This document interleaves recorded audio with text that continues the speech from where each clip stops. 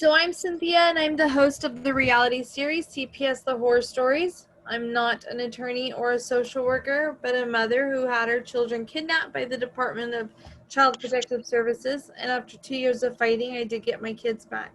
I don't believe that children are being protected anymore by CPS, but instead, they are all about the money that is involved with the children being removed from their parents. I have this platform on Facebook so that parents can open up and share about the horrific, traumatic, and corruption that the Department of CPS is all involved with.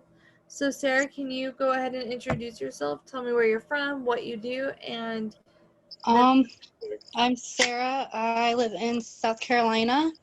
My son was taken away 2 years ago. Oh, it was last year, but it's been going on for 2 years. Right now I'm currently looking for work, but with the COVID stuff going on, it's been hard to find something that'll hire because I've been without work for so long. I am a recovering addict, and what did you use, if you don't mind me asking? I've been an addict for the last 4 years. I've been completely clean for the last 3 months, but I've been working on getting clean for the last year. I've been in IOP, which is like a group for addicts and alcoholics at the local like drug rehab place, and I went to rehab from November until January, and then when I got home I relapsed, and I got back into the groups at the center that I've been going to, and tomorrow is actually I completely complete all of my drug treatment that's been required. But it's like, may I ask what you chose to use? It was meth. And it's been like one thing after another. Like, I don't feel like I would have relapsed if when they told me that after I completed rehab in January, I would be able to see my son, like, and transition him home. And then in March, they moved him to a new foster home and completely stopped visits for a month. And it kind of like gave me a false hope, and I went out and started using again.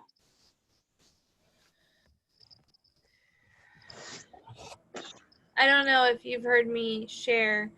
I've never touched a drug in my life, and I've never been drunk or anything.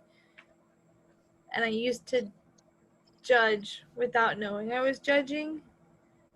But when my children got taken, it was the first time in my life I knew how somebody could want. It's been really hard to get clean, and actually this time staying clean, like with all the COVID, I haven't seen my son physically since March 23rd. It was my oldest son's birthday, and that's the last time I physically got to see him. Every month since then, I've had 2 40-minute visits on Zoom, but last month it was canceled down to 1 because he did get sick, and I don't disagree with that because he was sick, but it's all done on the phone, so I didn't see what the problem would have been.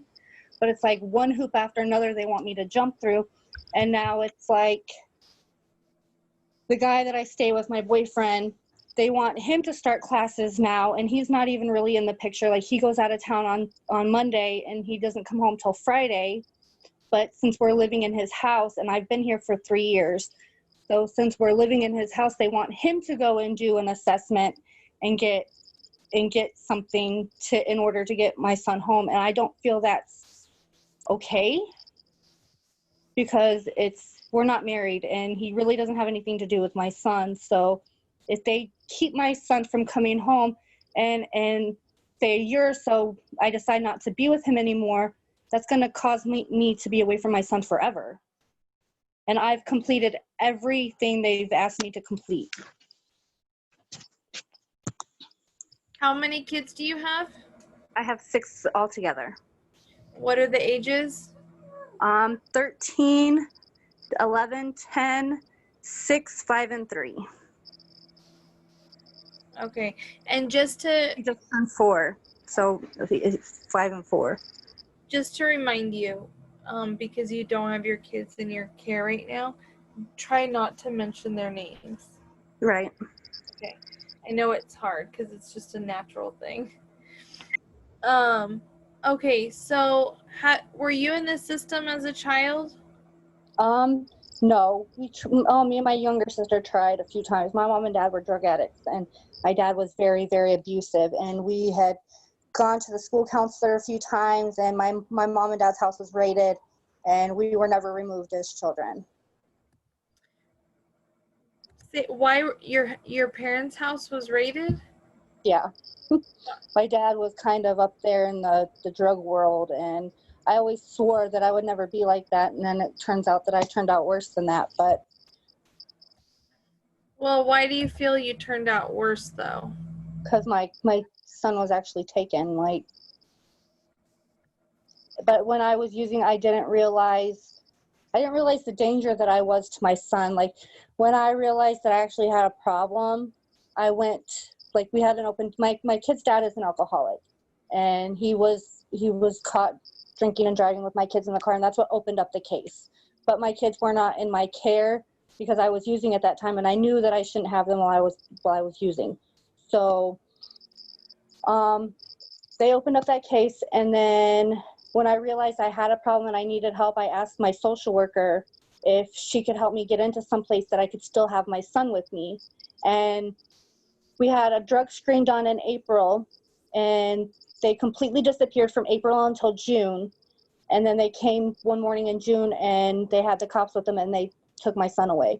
And I feel like if I was really a danger to him, if they really felt like he needed to be removed, they shouldn't have just stopped like house visits or well checks for him in the 2 months that we were here. But they just came and removed him, and that was that. Like, my social worker, I have had 2 different social workers, and she wanted him to go to his dad that he has never met. He's never been a part of his life, and he's in Ohio somewhere, and he's never been a part of anything. But she would have rather him gone there than to try to get him back home with me and get me the help that I needed. Where is the father of the children the same father to all of them? All except for the one that's in the foster home. Is he the last one or the first one? He's the 5th one. Okay, so the baby, right? Or he's the one above the baby. Sorry. Okay. My kid's dad ended up in jail for a DUI, and while he was in prison, I ended up pregnant, and I had a son without him. And then when he came home, we got back together and had our 6th. Okay. Now, is he an addict of any kind? He's an alcoholic, but he's been clean. He went to rehab, and he's been clean for the last year. So he's got custody of all of my kids, except for my 5-year-old. Right. So, and I apologize if you repeat yourself. It's just because I want to go through like a timeline. Let's talk about the very first time that CPS was called. It was, I want to say it was around April of 2018. 2017. It was 2017. He got pulled over for drunk driving with 2 of my kids in the car. And I wasn't living with him or the kids then. I was kind of staying at a different house that I could get high at. And I didn't really go around the kids, and they ended up with their grandmother. And my 5-year-old was with my mom. And then I had about 3 months clean time, and my mom gave me my son back. And then my kid's dad ended up moving in with his mom, so he had my other kids. And she ended up moving out, so my kid's dad just ended up having them full time. And then when my mom gave me back my 5-year-old, she moved to Arizona. So in April of last year, my kid's dad's mom called the social worker and told her that I was using again. And they needed a drug screen, but it had been for about a year that they hadn't had any contact with me or home checks or anything. And then they just came in and wanted to remove him right away without having any kind of drug screens or proof that anything was going on. And then when they did have the proof and they said that they could get me help instead of moving him, they ended up disappearing for 2 months, and then they came and moved him anyways. Okay, so again, did you say somebody called CPS though? It was my kid's dad's mother Okay, and where did they show up? at the house that I'm at now. Okay, and did they have a warrant? No, they didn't have any kind of paperwork whatsoever. Were the They cops didn't even have a car seat when they took him. They asked me if they could have my car seat for him. were the cops with them? Yeah. Okay. And did they come in and like what, so tell me what was They stood right here at the front door. They didn't go past the front door. okay, and what were their words? Hi, we got a phone call that It was the social worker. She said that we're here to pick up Marky, or we're here to pick up your son, and that was it. And the police said that they would have to wait for a warrant if they wanted to come in and check the house. did why were they only wanting to take one child? Because he was the only one that lived here. Okay. So did they My other kid's dad have had them for a while because of my drug use. I didn't have them in the house with me, but my custody wasn't taken away until last October. Okay, so when they came though to take the 5-year-old, did they give you the reason as to why? It was for child abuse and child neglect because they said he tested positive for exposure. He tested positive? Yeah. How and when did they test him? It was in April. When they tested me in April, they tested his hair. And it was 2 months had passed, and in June, they came and picked him up. 2 months. Who had tested it? It was a DNA place that they had me go to. They took a hair, a mouth swab, and a pee test from me, and they only took his hair. Who tested you, though? The DSS. So when they came 2 months, when they came that time, is that the time that we're talking about? Because I feel confused. In April, they came and asked and told me I needed to go do a emergency drug screen. And I had told her, I was honest with her and told her that I wasn't going to be clean. But Marky, my son he was never around me, and I didn't know how the drug that I did, how it like stayed in the walls and stuff. And I guess that's how he tested positive for the exposure, because it was in the house around him.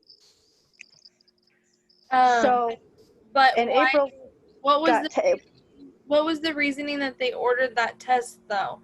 Who called? Because my kid's dad's mom called. My other kid's dad's mom called. Okay. And so they came to your house. They said you need to do a drug test. They gave me 2 days to do a drug screen. Okay, so you went and did it. I did it, and then when I told her that I was going to test positive, and she told me that she could get me help instead of having to remove my son from the home, that they could help find a place to help me, that I could take him, and then he wouldn't have to be removed. Well, they let 2 months pass from April until the end of June, and then June 22nd, she showed up with the cops and removed him from the house. That's a long time, 2 months. Yeah. When you had been tested until for the 2 months, did you stay clean during that time? Yeah. I stayed clean, and they never ordered another drug screen after that until November of last year. Okay. So so they come and they take him. Where did they place him? In a foster home. And from what I know of, it wasn't a very good foster home. She had a lot of kids, and there was a lot of, they said that my son was very emotional and unattached, and he just had a lot of problems, and they couldn't keep him there. So they moved him to another family. And the second family they moved him to, what ended up being a really nice family, and I had bonded with the foster mom, and she would send me updates and give me phone calls, and like she would meet me at parks on the weekends when we were only supposed to have like in-office visits. She would meet me at the park on the weekend so I could have extra time with my son. And then March 23rd of this year, the last time I got to see him, they moved him to another foster home, and it's been kind of like iffy. Like I don't really know what's going on with him. I don't know where he's at. Like I knew where he was at before. He was in Clemson, which is an hour and a half away from where I'm at. So this time I don't know the foster mom that he's with. I don't know if I know that he's doing good, but it's just So, like, okay, hold on. Let's pause for a second. So, when they took him, when was your first court hearing? it was, I want to say it was in July. I have my court papers.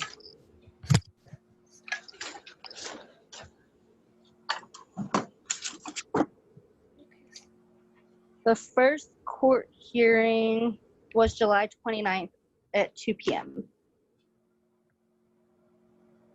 And when was he taken? July 22nd. That's okay. What happened at court? They said that I needed to comply with court, and I needed to do drug treatment. I needed to do mental health assessments. I needed to find stable housing, a job. They said that I needed to do all kinds of things, and I needed to do random drug screens. So I got into the mental health treatments. I got into the drug treatments. I started looking for a job, and I've been in the same house that I've lived in for the last 3 years. So my house is stable. I don't know how to get him home without, like,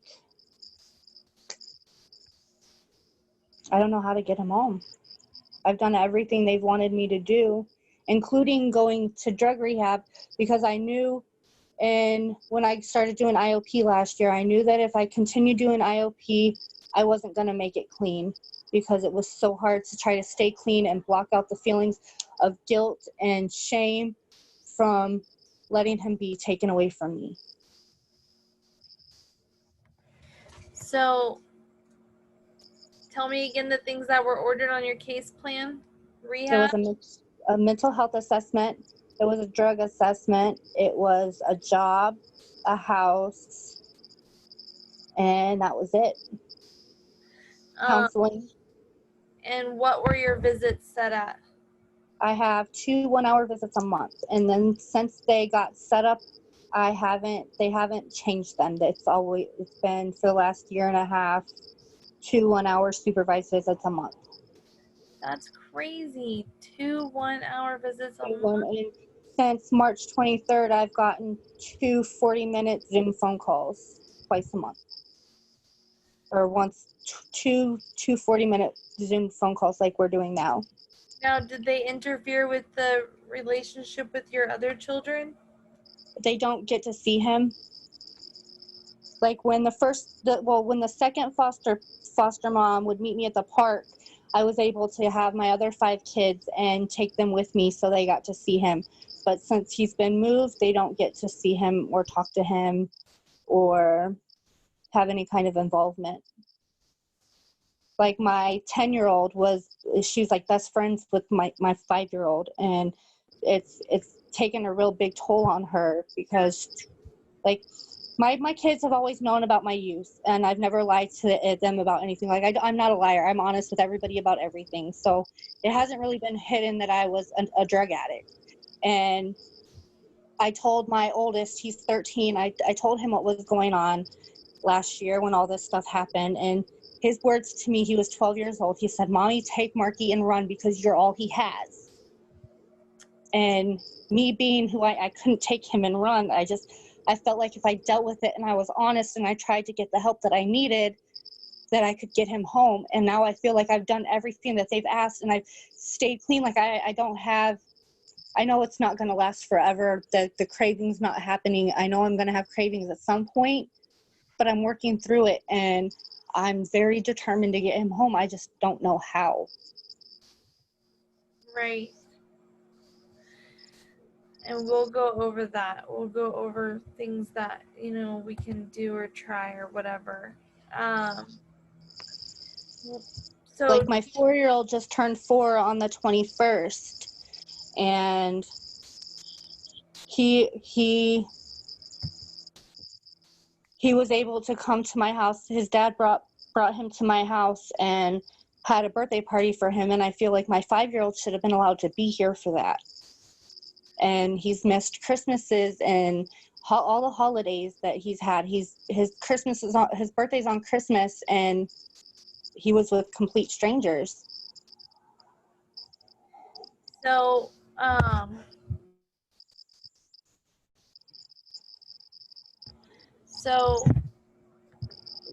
okay, did CPS get involved in your custody with your other kids though?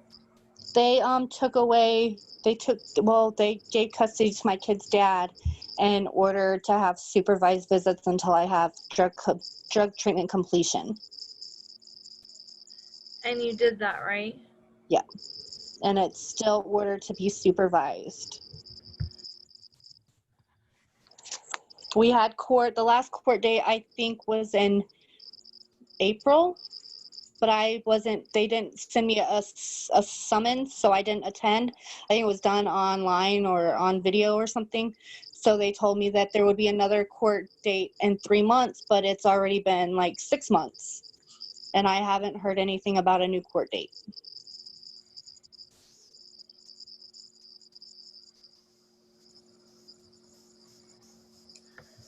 Ay.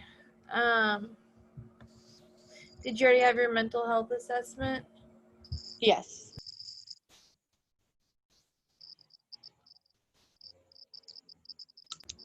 How did that come back?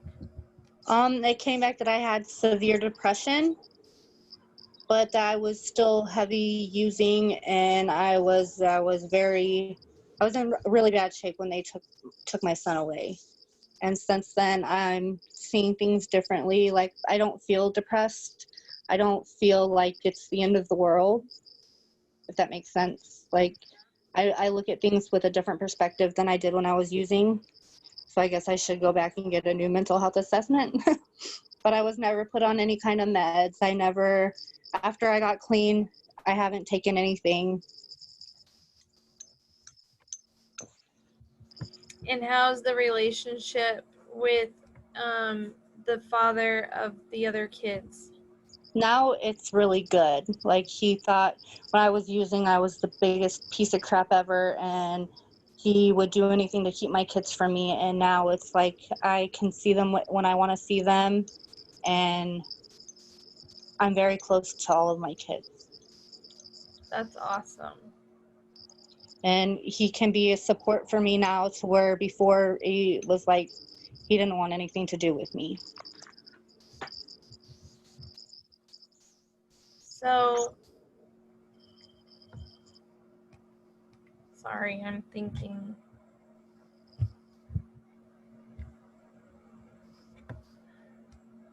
I hate hearing all of these sad stories, you know, it's Yeah. weird.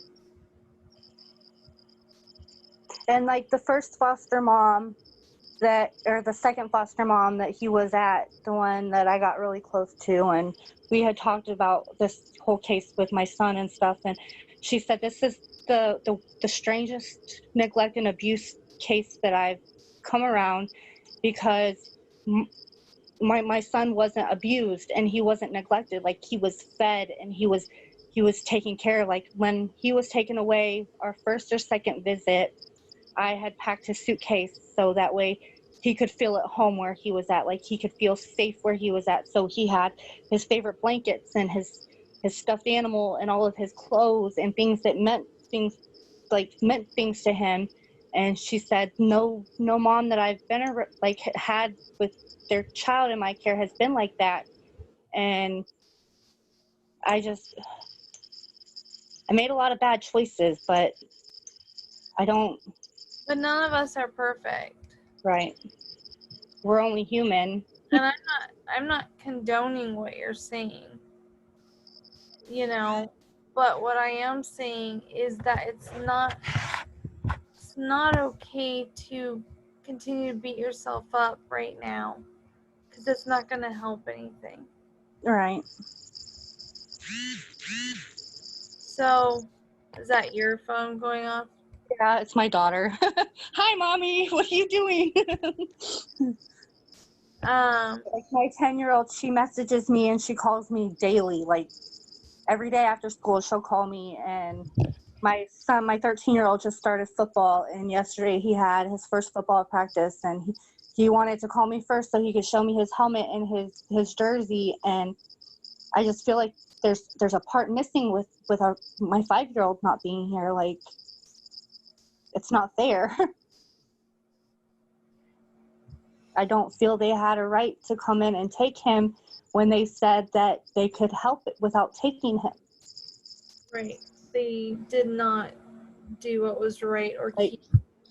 right, like they're supposed to want to keep families together, but it's like they wanted to do everything to not let him come back or to not let him stay.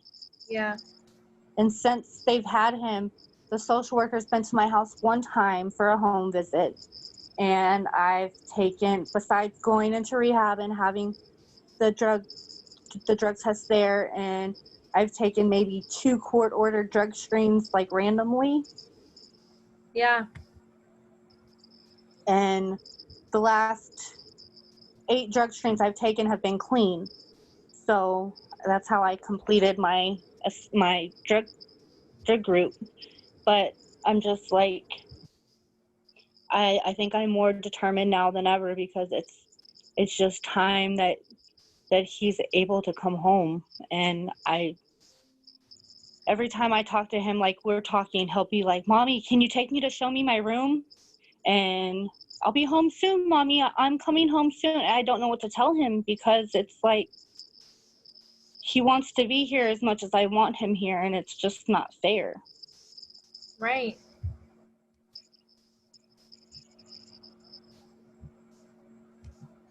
So, what else is there on your case plan? Anything? The last time she told me was she needed my boyfriend's check stubs and the paperwork to the house saying that he owns it. So now I finally, today, she messaged me and told me I will get to physically see him this month on the 18th and the 23rd, I think. She wants me to meet them at the library, and I'll have to take his check stubs and the house paperwork, and that's it. Like, and she said that my boyfriend has to go get an assessment done, but then she came back and said that he just won't be allowed to be around him by himself if he doesn't get it done. Right. And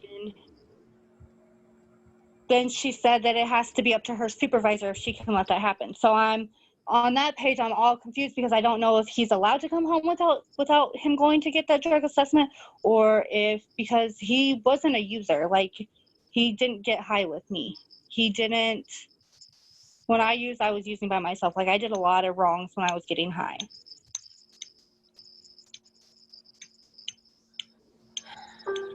Well, again, human, and now you're changing your path, you know. Like, I've learned to look at things differently, and I've learned that just because I see things as being one way doesn't mean that's gonna be how it happens. Right. So when's your next court hearing? I have no idea. They haven't told me anything. It was supposed to be three months from April or May, and then she told me that she could give me unsupervised visits with him as long as I got everything that I needed to get completed. So I was looking forward to that being as like a transition home to where maybe he could have overnights, and it doesn't go that way. So I feel like when I get something completed and I have so much clean time, she throws another obstacle in front of me, and it's like she's wanting to see how far she can push me to see if I'll go use. So this time I'm having a different frame of mind, and I'm not going to let whatever she throws in front of me make me go use. I'm staying clean, and they're not going to have a reason to not let him come home. That's exactly what they do. They have to put you in this hole for two reasons. Number one, to see if you'll end it yourself. You know what I mean? To see if they can. Yeah, with the whole. And in October, we went to court October 24th, and the judge gave me 6 months to complete everything I needed to complete, or they were going to TPR me. And that's going from July until October. They were talking about TPR, and that's like 6 months. How is that even? That's like how can they even do that? And then when they went back to court, well, when we went to court in October and they told me all of that, I knew something had to be done with myself, because I knew by myself I couldn't get the help that I needed. So I looked into every kind of treatment I could look into, and I found a 2-month program that I went to from November until January. And then when I came home in January, she threw in that I needed to go get more drug treatment. So that's how I ended up back in the classes. And then with all the COVID stuff that happened, everything got canceled. And it's just been like, and when they did that in March, they had, our last visit was March 23rd. They moved him to a new home that I didn't know anything about. And they cut off our visits for like a month and a half. So I kind of lost my mind, and I relapsed really bad. And they moved him without telling you? They moved him to a completely new home that he was at from last July until this March. They moved him, and she told me it was for him to transition home because he was closer than he was when he was in the second home that he was at. But there's been no word of transitioning or even physical visits in the last 6 months. Now, do you know if he's getting any type of abuse while he's in foster system? Not that I am aware of now. I knew the very first home that he was at, I don't think it was a good one, because he would come back. Like, he had a really big mark on his back, and he ended up with a big scratch on his face. But the last 2 homes, I think, have been pretty good homes. Like, he started kindergarten this year. He gets doctor checkups. He seems really happy. And in the second foster home that he had been moved from in March, she would send me like daily pictures of him and give me updates and just tell me to keep my head up and things would be okay. And I don't know if they will, because I don't know what's going on now.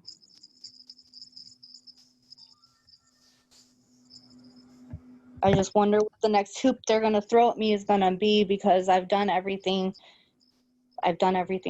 they've asked, and there's still no sign of unsupervised visits or him coming home for a visit or seeing his other brothers and sisters. And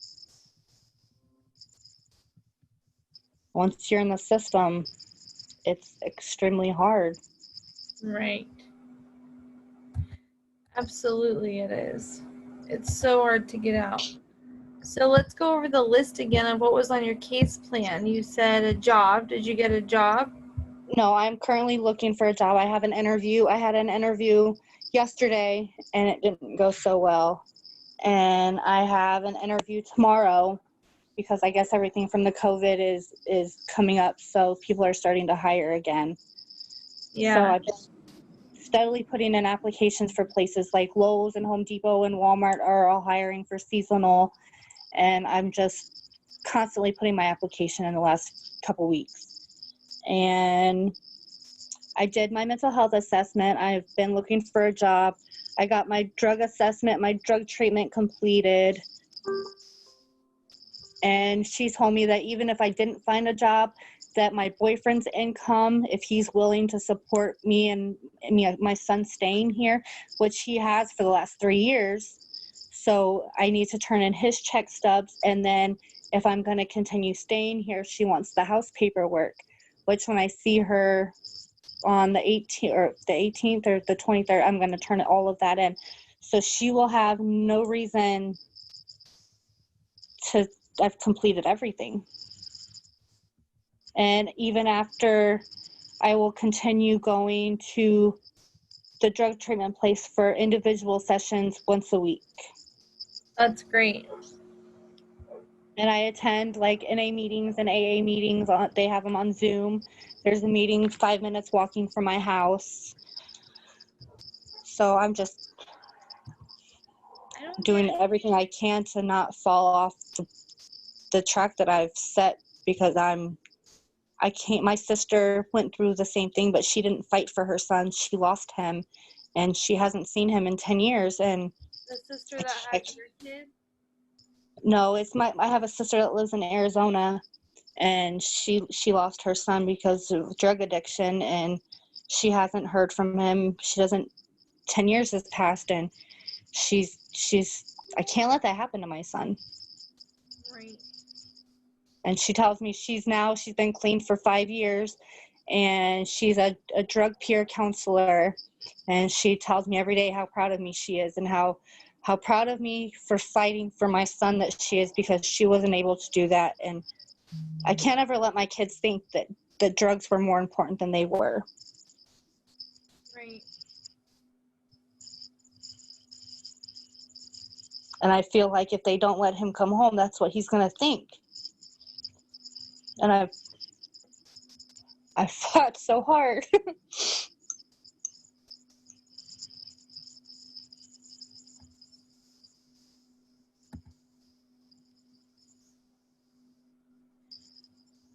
you say already how often you get to see your other children? I usually have them every weekend. Like their dad will drop them off on Thursday after group. I've had groups Monday, Wednesday, and Thursday for the last 3 months. So after group on Thursday, their dad would usually drop them off and then pick them up on Monday morning before I go to group. So I see them about every week, and it's hard to have my kids around without my other son being here, because it's like it's not fair. Why can they be here and he can't? Right. But then I'm blessed that they're here, because I don't know what I'd do without my kids. Yeah.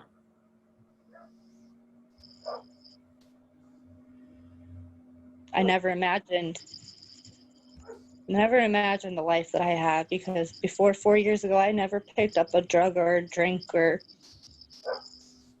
things just got heavy on me, and somebody offered one day, and then it was off and running. And I wish to God that I would have said no. I was 30 years old. 30 years old was the first time I ever picked up a drug. It's not anything that we would ever think would exist. Right? Right. Like I didn't think that, well, I guess I knew because of the way my parents were growing up, but I never thought that would be me. Like I had my whole life goal, my purpose was to be a mom. And then I ended up with 6 kids, and now I can't see them, or I'm not supposed to see them without being supervised. Like I never imagined my whole life that would be me. Like my dream job would have been working with a house full of kids, and I'm not even allowed to be around kids now. Probably feel humiliated. Yeah. It's like, yeah. And that's what everybody tells me that knows me, is like, you? No way. It happened, and it's scary. I felt when I was using, I was really depressed, and I felt really, I even had the feeling sometimes that maybe my son was better off, that he deserved better than what I could give him. And the second foster home he was in, the mom told me, she said, Sarah, nobody in this, she said, somebody may be able to give him things that you can't, but nobody in this whole wide world could or would ever love him as much as you do, no matter what you're doing. And that's where I got my motivation from. And even I want to say that's part of the reason that he was moved from a different foster home, or from his home, that home, to a new one, is because my case wasn't moving anywhere. It wasn't. And she's seen the changes that I have made in the last year, and there was no progress. There was no like light at the end of the tunnel for her. She didn't see anything happening with the case. It was at a standstill, and she was tired of it.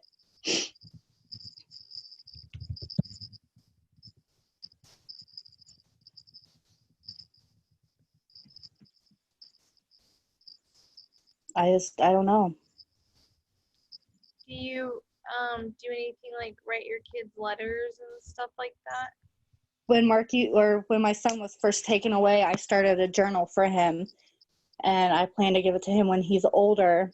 And I wanted him to know what I was going through on my side, like my point of view from it, because I don't ever want him to think that there was a day that went by that I didn't try to fight to get him back, no matter where he's at.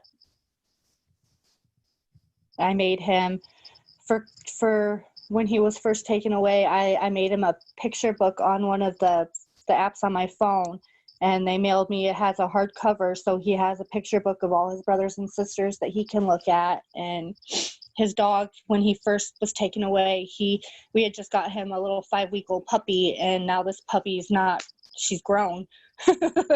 So it's like it's hard.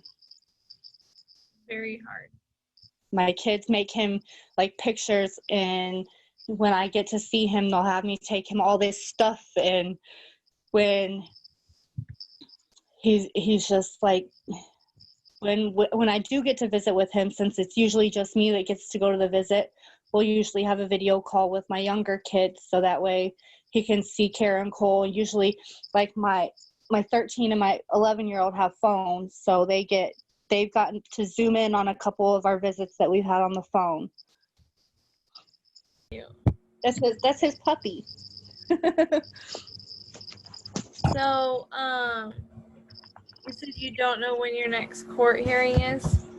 No, when I turn in all of the paper, like his check stubs and the house paper, I'm gonna ask her about the next court date, and I'm gonna see when I can have unsupervised visits, because I kind of feel like when I ask her about things over the phone or through messages, like she only really texts me. Yeah. And I kind of feel like I'm bugging her in a way, because I'll ask so many times before I get any kind of answer, and usually it's I'll have to talk to my supervisor, or we'll have to have a staff meeting about it, and I just want a straightforward answer, like that she can give me face to face. Something has to be happening with this case. Like, it's been over a year, and I've completed everything. And that's what scares me, is I've heard through stories of different people that after 12 months, kids become adoptable. I don't want him to become adoptable. I don't want to lose him. I don't want to lose him forever.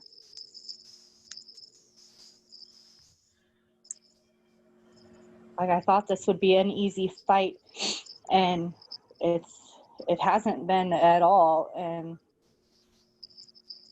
I'm not going to let them make me fall again.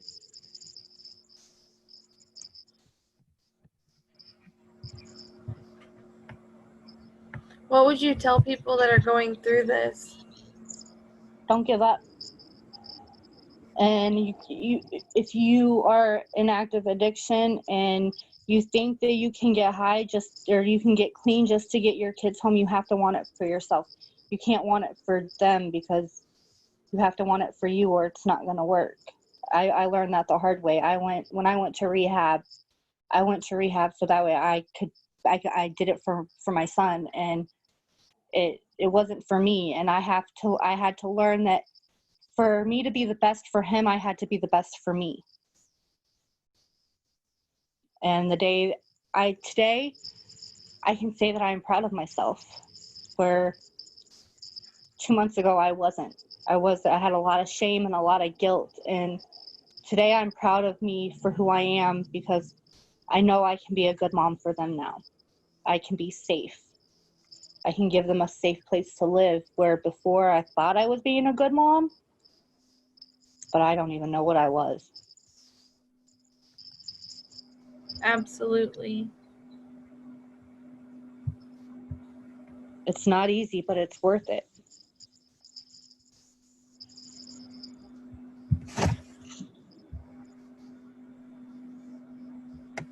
I can't say I was a big believer in God before all of this happened. I really thought that, like, if God was real, why is he letting all of this happen? But today there's somebody up there watching out for me, because if not, I wouldn't have as much clean time as I have had, and I wouldn't have the determination that I have, and I wouldn't have the love for myself that I have for today. You just have to love yourself, and you have to want to be better, I guess.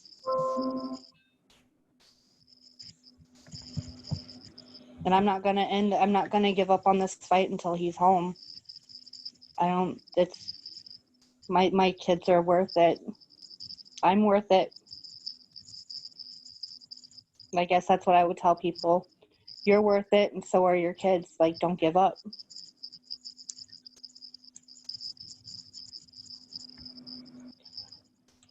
CPS can't keep him forever. He'll be 18 eventually. Right. And I hope he knows how much I love him, because I would do anything for him. Absolutely. I would do anything for all of them, but all my kids know that I love all of them the same.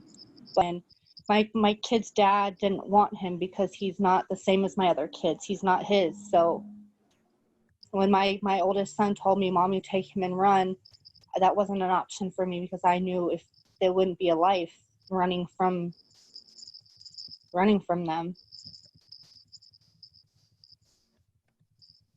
And if my son knows how much I love him, if they do decide to keep him, which I don't see how they can, Right. I don't see how legally they can keep him with everything that they've asked me to do, and I've completed.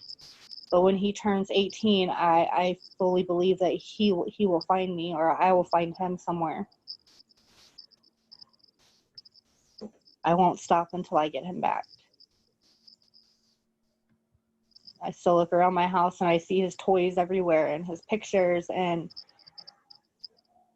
I get disappointed in myself sometimes, because it's like, you knew what you were risking and you let it happen anyways, but it wasn't in my control at that time.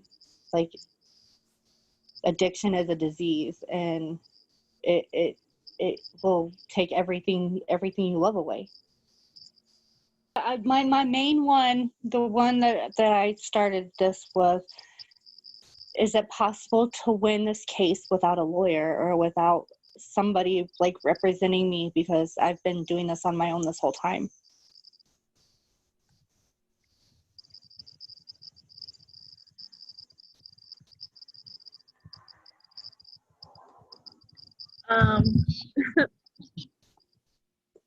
My answer would want to be yes. I feel like it'd be better to be on your own than with a court-appointed attorney. But as I've heard my attorney say, it is not okay, because we have no experience We have no knowledge. We have, none of that. Have you read the book that my attorney wrote? No, I just seen it when I was looking through the Facebook just a little while ago. Okay. So I will have my assistant give you a copy. But why don't on Saturday you call? I can actually schedule you to be on the radio show. If I schedule you, will you for sure call in? Yeah. All right.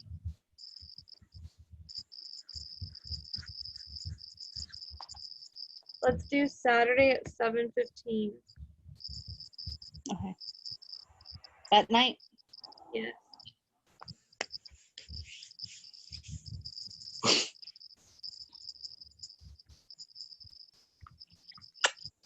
What are you doing, Harl? You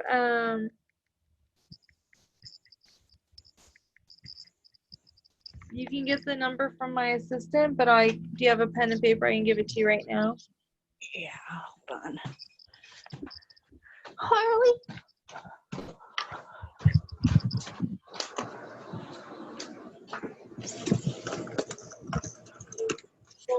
No. Bring it in here, please. The book. Okay.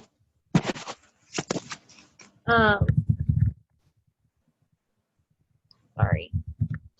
800-222-5222.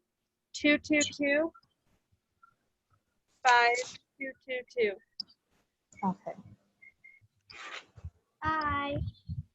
Hi.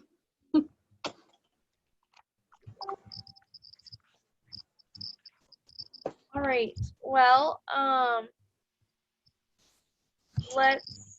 I will talk to you on Saturday. Make sure you write down a couple of your key points, and then make sure you have your questions prepared, and then that way my Vince can answer them, okay, and give you some direction.